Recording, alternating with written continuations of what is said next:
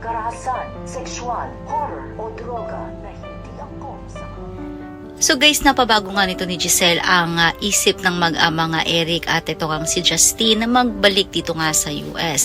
At ngayon ikinagulat naman ito ni RJ kung bakit inilagay sa finance department at head pa nga ito nga si Eric. So at hanggang ngayon ay wala ngang tiwala ito. Kinausap nga niya si Eric at tila ba napansin nga nito ni Eric na walang tiwala sa kanya itong si RJ.